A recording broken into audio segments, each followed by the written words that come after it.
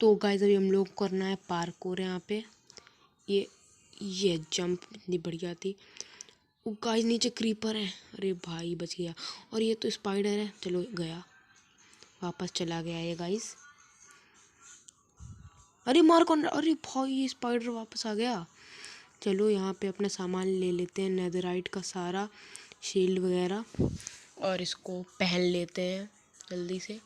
अभी हम लोगों को बहुत बड़ी फाइट करनी होगी। आसान सी है लेकिन फाइट कह नहीं सकते बड़ी है। ये देखिए यहाँ पे बहुत सारे ज़ॉम्बीज़। भाई भाई यार कितना डैमेज हो रहा है यार, बहुत डैमेज हो रहा है भाई साहब। अरे अरे भाई मर ही गया भाई मैं तो। भाई बस ख़त्म हो गया, ख़त्म। अरे अरे अरे ये कहाँ से आ गया भाई, हट। चले भाई, इधर एक ब्लॉक दिया था मुझको, इसको प्लेस करना है। और वाटर बकेट क्लच बहुत ही आसान, यस।